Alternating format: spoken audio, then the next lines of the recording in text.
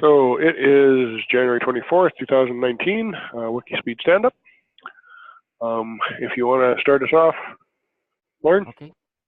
All right. So it's Lawrence Salter, Gabriel Island, British Columbia, Canada. And past week, I didn't do anything specifically WIKISPEED. I eliminated, well, just a minute. And coming week, I'm hoping to do what I hope to do this week, which was keep following the our Little Red Wagon project. Maybe look up, somebody referred something and I could do the research on. So I think I'll say I'll do that. I think it's Amazon's thing that does something similar. And blocks, I have plenty. I eliminated one big one, which is I tested my new generator and set it all up so that I can find it and start it in the dark. So that's it for me. Okay. Last week, I got version 0.2 for the Little Red Wagon out. Got it posted. I don't think I have any feedback on it as yet. We're still getting comments on version 0.1. I tried out my solar panel on a sunny winter's day, and I really need to put in a better battery because my little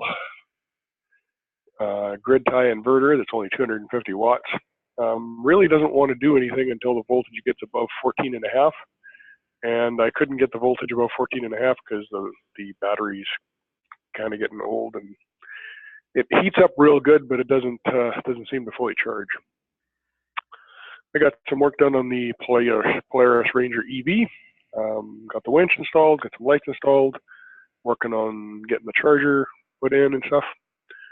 And I'm hopefully going to make the winch a little bit more useful by putting a pulley on the top of the roll cage. I got a couple of very concerned looks when I told them at work, so I probably should look into it a little bit more before I actually try to use it. Next week, I'm going to try and get the DC voltmeter on the Polaris working again. I got a call from Bryn about the lithium iron phosphate batteries. He brought some of the batteries that I had back to life. He's got about 140 amp hours out of them, but they do self-discharge, so he's got to kind of charge them up before he uses them. I got a new headlight switch, so I'm going to be trying to get that on the Polaris so that it turns on the headlights in one direction, and in the other direction it turns on the headlights and all the floodlights. I'm trying to figure out what I really meant on this backlog item. It's been on the backlog for so long, I can't remember what it means. Connect DC voltmeter points to the dash so I can figure out what's wrong quickly and easily. I'm not actually sure what that means, but I guess we'll investigate. And no blocks, so I guess that takes us back to you, Lauren. Okay, and I'm just going to interject. I've got some battery discussion for crosstalk. So anyway, the retrospective for me is going to be a 1 for coming to the meeting, and for the team, there was maybe this meeting isn't taking off, but the thread on the LRW is. So I'm going to say 10 for the team, and process improvement. I was like thinking big. So I'm going to do that, and that has to do with my crosstalk later. Okay. I'm going to give myself a 10 because I was expecting 4 points, and I managed 7.5. Well, actually, I say 6.5 one place and 7.5 in the other place. Anyway. For the team, I'm going to go 8 instead of 10 because we are getting some feedback on the Little Red Wagon project.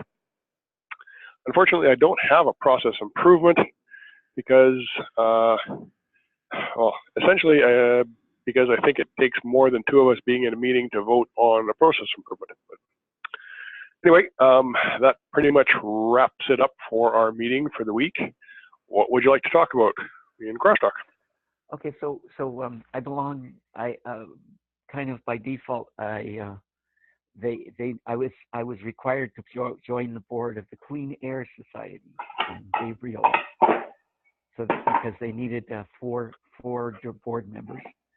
So I'm a director, or I'm on the board of the Clean Air Society. So in connection with that, I was sent out an apology for buying a generator, because I had been holding out buying a generator, hoping I could buy a battery instead.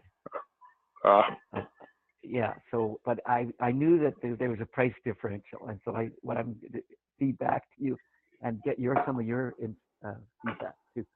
So there's a professor from a university in the interior who's on our committee. He also has a solar business, but he kind of writes and I've told you before about the purple air science air monitoring thing that was so useful during the fires. Yeah, I remember that. Yeah. So he's behind that. Anyway, so I emailed him a thing just to get his thoughts, and actually there's another initiative here. There's a community. It's called the Community Investment Co-op, and on top, so they installed my heat pump.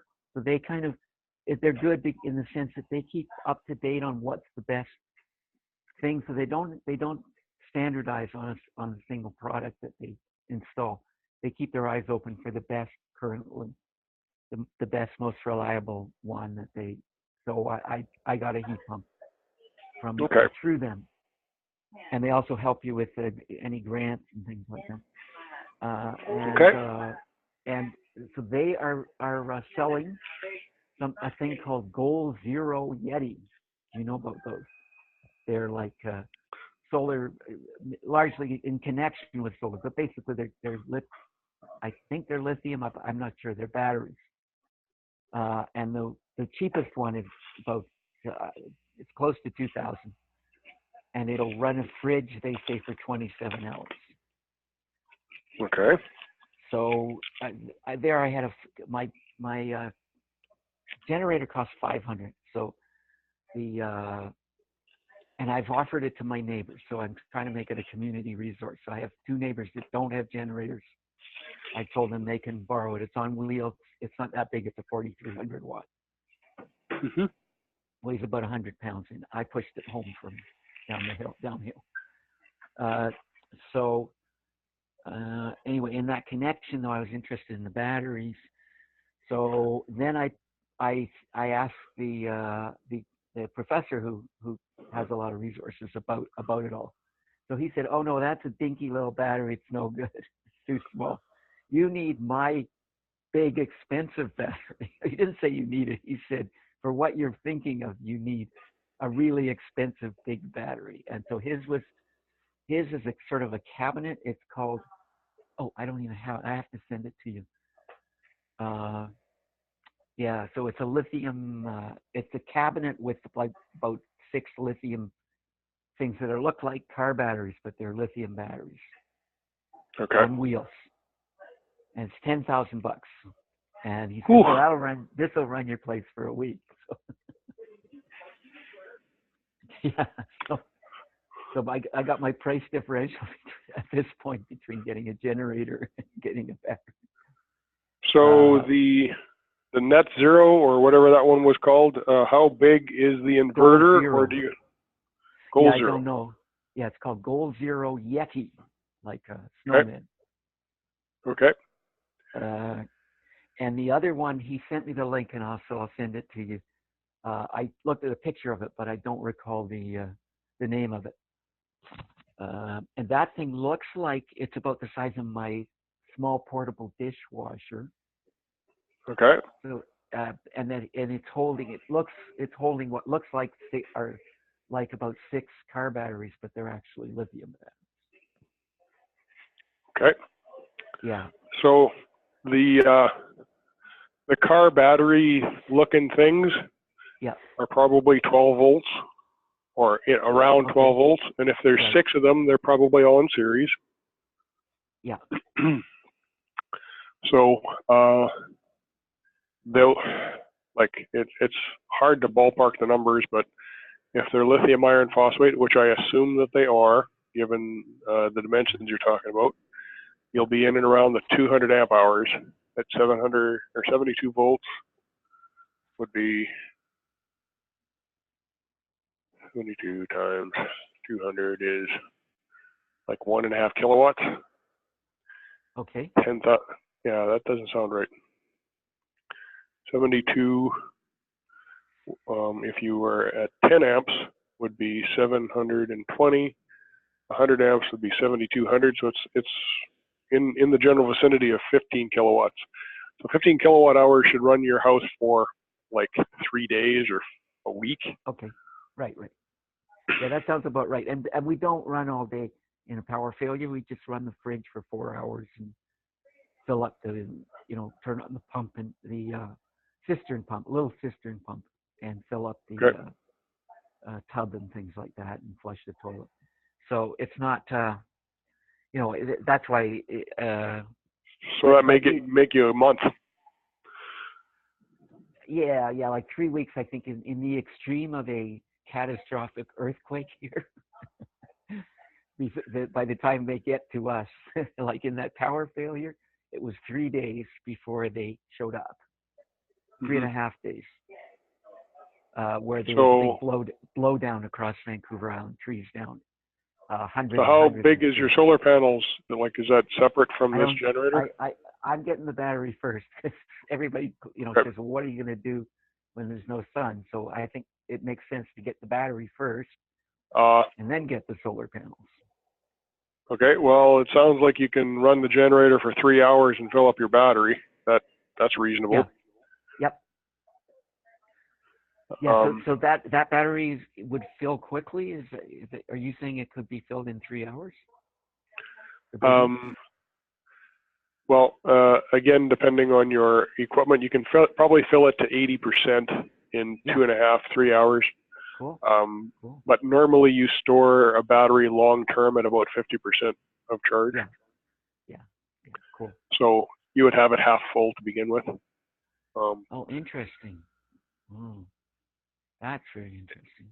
It lasts longer with the lithiums if you store them at about half charge. So if you had a weather forecast that seemed likely power failure, you could plug the thing in and charge it. Oh yeah. Yeah. And that's the same charger that you would plug into the generator, so that wouldn't be a different charger for you. Yeah. Although I don't know, you might want to get a charger that you can actually set how fast it charges, because you may want to run something else on the generator at the same time as you're charging the batteries. Right. Okay, cool. Interesting. But anyway, I'm kind of getting an idea, because there's some proposals floating around about making the island independent and everything, or selling net power out from the island and that kind of stuff. So is the co-op going to make or going to set up a solar field? That I haven't heard of that. They actually, one of the solar companies on the island said, if something like 60% of the island gets their premium package, then it could provide the entire power for the island. They could sell the rest of the power to the rest, and I don't know if it was 60% or 40% or whatever, but that was kind of their thought. But my house is no good because I got too many trees around. So the professor already said my house is terrible for solar. But down the street there's a lumber yard, and they just put in a new roof. They just got they have just made an affiliation, because another hardware store moved next door, a new one, and it's a small island, so they wanted to compete. So they affiliated with Home Innovation with the special look for the home hardware with the roof. The roof is not solar, which seemed like a shame. Okay. Anyway, Well, that's that kind of that sounds like a very background. progressive power company.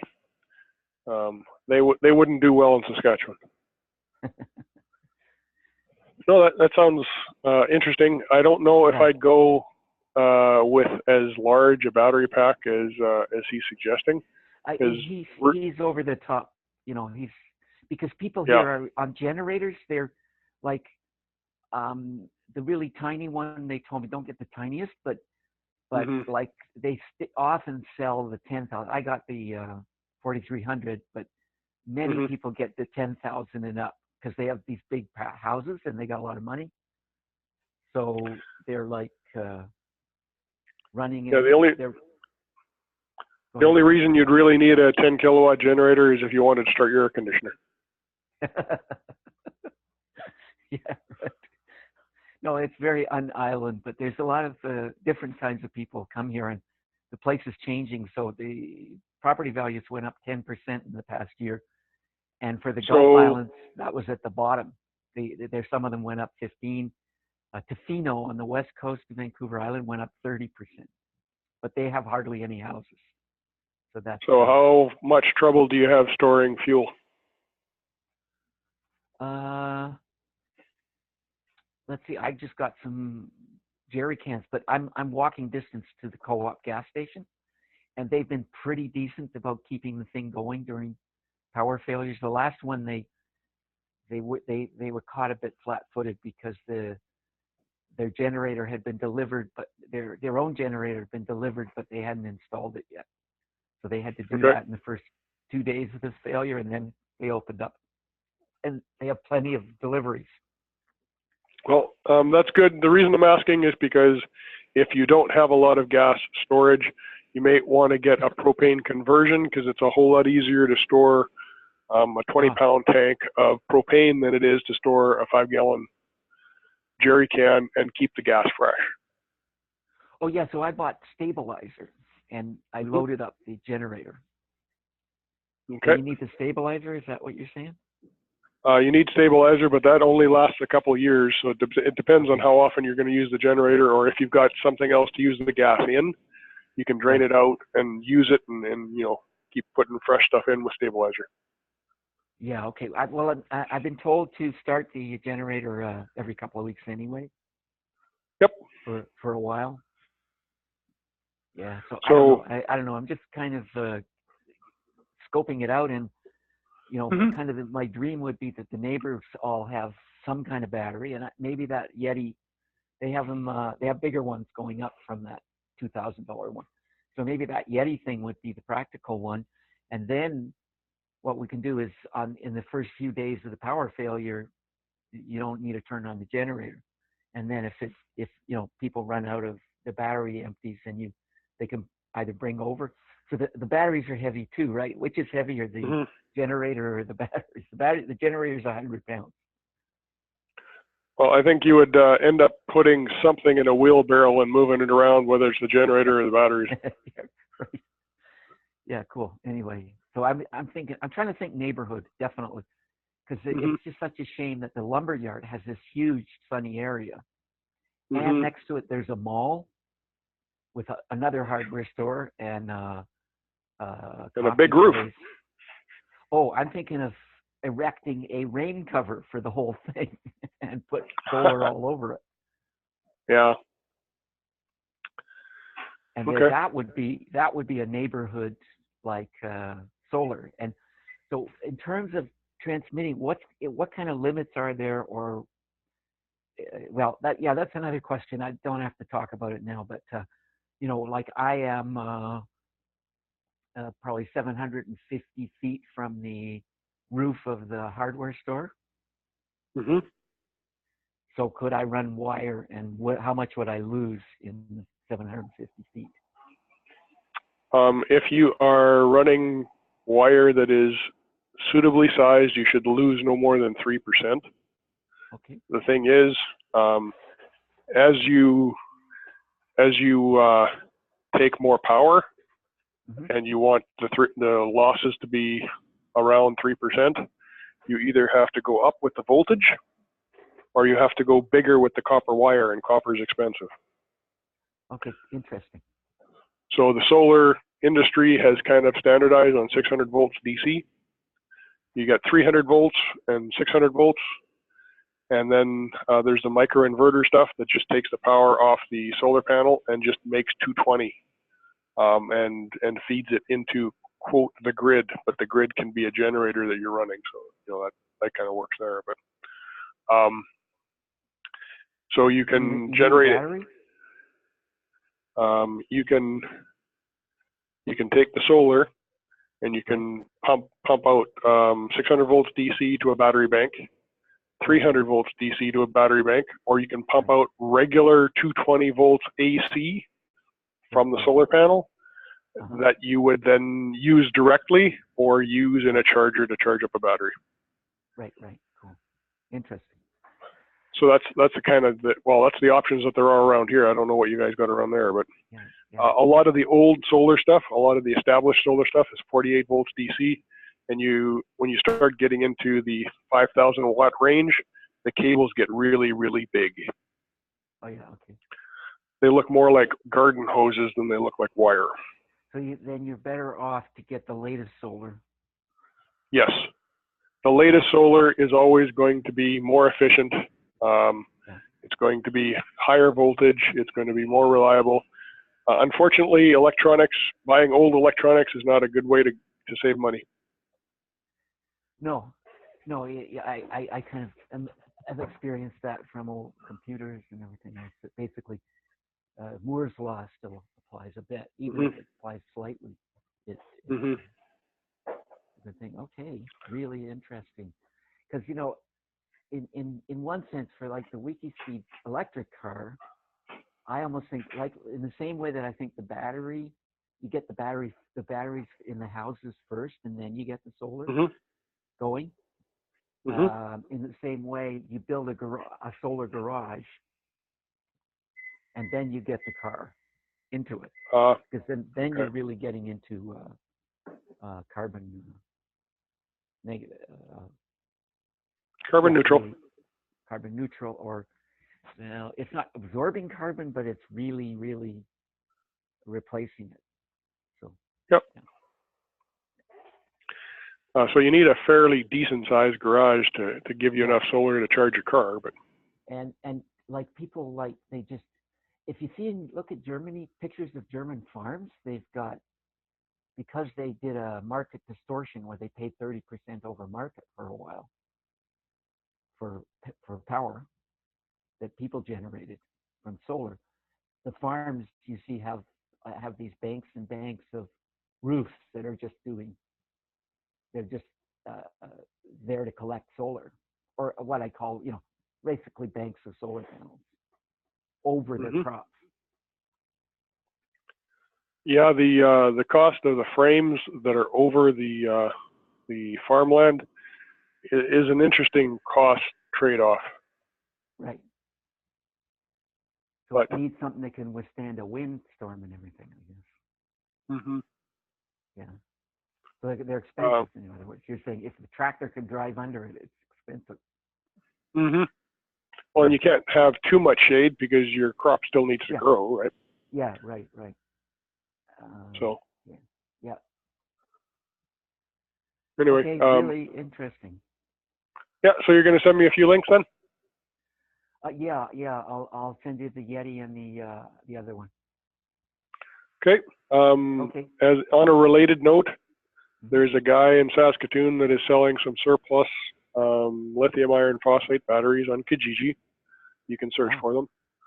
He's looking for, they're 180 or 200 amp hour cells, and he's looking for $100 Canadian a piece, which is like a third of retail. Wow. And then they weigh like a car battery each? They weigh, he puts them into crates that are the size of car batteries, and he has on the ad that he recently shipped some to Quebec for like, I don't know, it was $125 shipping on 4 sets of batteries or something. Oh, that's cool. You would have to contact him. Okay, Unfortunately, Kijiji, Saskatoon. Yeah, on Kijiji, Saskatoon. I'll share it with you. If you look for it, just search for LIFEPO4, because it's in the title. LIFEPO, lithium Iron phosphate. Yep. PO4, LI FEPO4. Got it. Okay, Yep. thank you. I'm going to go and check those out right now and send you the links. Thank you. Oh, I've texted and back and forth with them. I can't convince my wife that this is a good enough price, so I'm not getting any of those cells, unfortunately. Oh no. Oh no. Yeah. Yeah, that's too bad. Yeah. Well, you win some and you lose some. Okay. Okay, I will stop the recording here, and I guess we're probably done. Yep. Talk to you later. I Okay. just really like the Little Red Wagon, so keep it. Keep me in the loop. Okay, doke. Thanks. Bye-bye.